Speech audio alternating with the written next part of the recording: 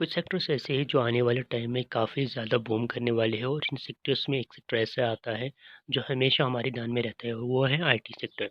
India की अगर हम बात करें तो आईटी सेक्टर आने वाले टाइम में और भी ज़्यादा बूम होने वाला है। तो इसलिए कुछ कंपनी ऐसी हैं जिनमें आप इन्वेस्ट करना चाहते हैं, या अगर हम टॉप कंपनीज़ देखें कि इंडिया में जो आईटी सेक्टर से रिलेटेड हैं, लेकिन उनकी जो शेयर प्राइस है काफ़ी ज़्यादा जो हैं महँगे हैं। तो इसलिए जो बिगिनर्स हैं, जो मीडियम इन्वेस्टर्स हैं, उनके लिए काफ़ी ज़्यादा मुश्किल होता है इन कंपनीज़ में इन्वेस्ट करना, जैसे टाटा कंसल्टेंट सर्विस है, इन्फोसिस है, एचसीएल वगैरह विप्रो कंपनी है। इनकी शेयर प्राइस काफ़ी ज़्यादा महँगे हैं, तो इनकी शेयर बाय करना काफ़ी ज़्यादा डिफ़िकल्ट रहता है एज़ ए बिगिनर। तो इसलिए आज की इस वीडियो में एक ऐसी कंपनी आपके लिए लाए हैं जिनका शेयर प्राइस भी मीडियम है और लॉन्ग टर्म में इनका परफॉर्मेंस भी काफ़ी ज़्यादा आपको देखने को मिलेगा। साथ में इस शेयर की हम फाइनेंशियल एनालिसिस भी करेंगे, इसके रेशियोज़ की बात भी करेंगे यहाँ पे। तो कंपनी का जो नाम है वो है इन्फोबीम्स, आप यहाँ पे देख सकते हैं। तो यहाँ पे इन्फोबीम्स हम आपको जो है इसका अगर हम लॉन्ग टर्म मैक्सिमम ग्राफ दिखाएँगे तो यहाँ पे रिटर्न्स आपको 407% देखने को मिल जाता है।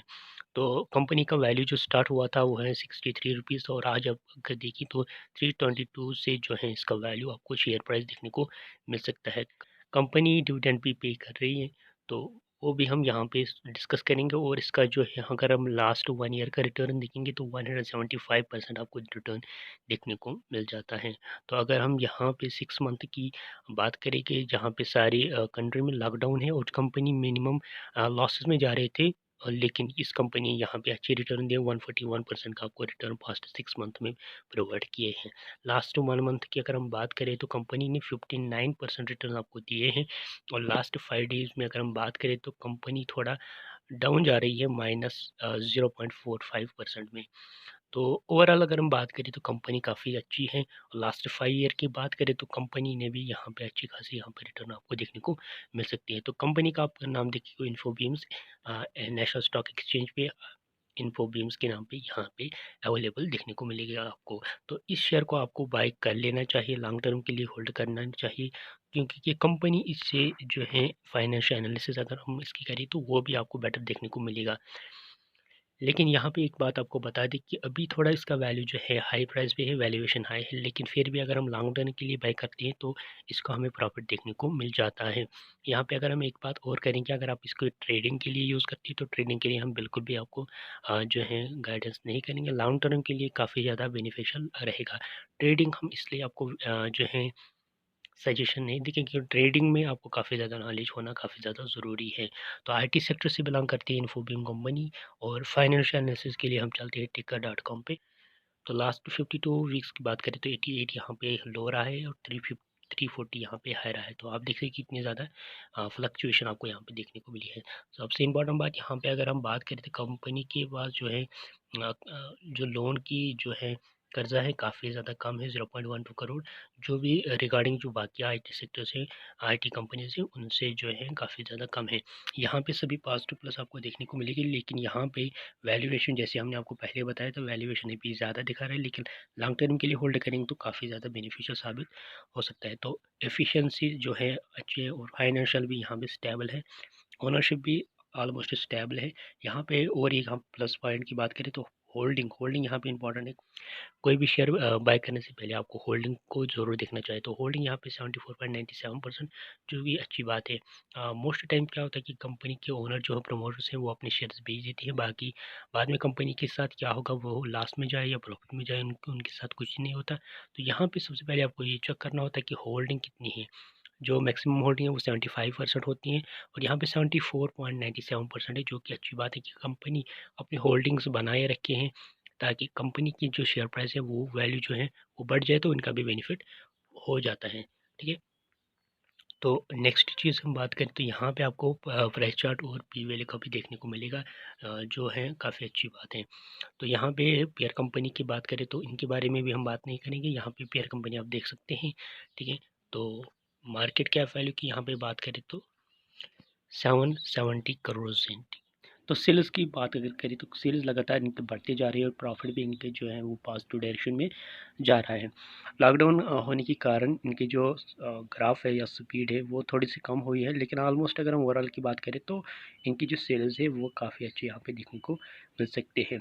तो इसलिए जो है कंपनी जो है वो डेबिट फ्री है ऑलमोस्ट, और इनकी शेयर्स प्रॉफिट जो है वो पॉजिटिव डायरेक्शन में जा रहे हैं और रिटर्न्स भी काफ़ी अच्छे हैं। तो इसलिए यहाँ पे जो है आपको इसमें इन्वेस्ट करना चाहिए, लेकिन फिर भी आपका फाइनल डिसीजन आपका है। आप इस शेयर के बारे में और जान सकते हैं, तब जाके आप जो है इसमें इन्वेस्ट करें। तो यहाँ पे अगर हम नेक्स्ट चीज़ की बात करें प्रमोटर्स, तो यहाँ पे आपको फिर से देखने को मिलेगा कि प्रमोटर्स के जो शेयर अमाउंट है वो लगातार कांस्टेंट है, कोई भी चेंज आपको देखने को नहीं मिली है, जो कि अच्छी बात है। 2020 से 21 तक जो लगातार इनके प्रमोटर्स के पास शेयर्स है वो ऑलमोस्ट कांस्टेंट है, कोई भी चेंज यहाँ पे देखने को नहीं मिली है। तो ऑलमोस्ट सभी जो इनकी पॉइंट्स है वो स्ट्रेंथ की तरफ जो इंडिकेट कर रहे हैं, और लिमिटेशन इसमें जीरो देखने को मिला है। पी रेशो 22.6 है और कंपनी डेबिट फ्री है ऑलमोस्ट, और ग्रोथ भी आपको यहाँ पे अच्छी देखने को मिल रही है। पी जी रेशो भी 1.46 है। कंपनी जो इफेक्टिव है इनका भी रेशो, कैश रेशो है वो भी 132.65 है, जो कि यहाँ पे अच्छी इंडिकेशन है। तो सेल्स की अगर हम बात करें तो सेल्स भी इनके लगातार जो है कॉन्स्टेंटली बढ़ रहे हैं। ड्यू टू लॉकडाउन थोड़ा सा पेस कम हुआ, लेकिन ओवरऑल बात करें तो काफ़ी अच्छी यहाँ पे नेट सेल्स की बात जो है वो अच्छी यहाँ पे इंडिकेशन देखने को मिल सकती है। सिमिलरली यहाँ पे प्रॉफिट लॉस का जो है वो भी यहाँ पे पॉजिटिव डायरेक्शन में जा रहा है, और जो कि अच्छी बात है और अच्छी इंडिकेशन है लॉन्ग टर्म के लिए अगर आप इसको होल्ड कर रहे हैं तो। यहाँ पे नेक्स्ट की बात करें, यहाँ पे आप बाकी जो इनके लायबिलिटीज़ हैं वो भी देख सकते हैं, और यहाँ पे अगर हम बात करें कि कैश फ्लो भी इंडिकेशन अच्छी है।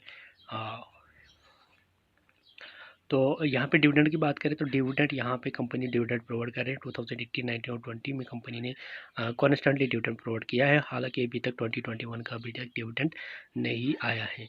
अभी तक स्प्लिट या बोनस कोई भी कंपनी की तरफ से नहीं दिया है, लेकिन प्रमोट ओवरऑल अगर डिविडेंड की बात करें तो डिविडेंड कंपनी यहाँ पे प्रोवाइड कर रहा है। तो प्रमोटर्स के पास कितने की शेयर है वो भी यहाँ पे लिस्ट आपको देखने को मिल रही है। तो ओवरऑल की बात करें तो कंपनी बेस्ट है, अच्छी अपॉर्चुनिटी है लॉन्ग टर्म के लिए अगर आप इसको होल्ड कर रहे हैं तो कंपनी आपको बेनिफिट दे सकता है। शॉर्ट टर्म के लिए हम आपको यहाँ पे एडवाइस नहीं देंगे, लेकिन एटलीस्ट आपको 6 मंथ इसको होल्ड करके रखना पड़ेगा, तब जो है आपको बेनिफिट यहाँ पे अच्छा खासा देखने को मिल जाएगा। पर्टिकुलरली अगर हम बात करें तो ये जो कंपनी है इसकी कुछ प्लस पॉइंट्स जो हमने आपको पहले बताया कि प्रोमोटर्स के पास शेयर्स यहाँ पे हैं 74 ऑलमोस्ट 75%, और कंपनी डेबिट फ्री है, और रेस्पेक्ट जो पेयर कंपनीज हैं उनके मुकाबले में थोड़ा जो है इसके शेयर वैल्यूज़ कम है। तो इसलिए जो बिगनर्स हैं उनके लिए मुश्किल ना हो, क्योंकि जो बड़ी बड़ी कंपनीज़ हैं आईटी कंपनीज़, तो उनके रिलेटेड जो है इसमें शेयर को बाई करना वो डिफ़िकल्ट नहीं है। तो पेयर कंपनीज़ के बारे में हमने बात की, जो सिर्फ एक चीज़ है कि अभी इसका वैल्यूएशन जो है एक्सपेंसिव दिखा रहा है, क्योंकि प्रीमियम वैल्यूएशन है।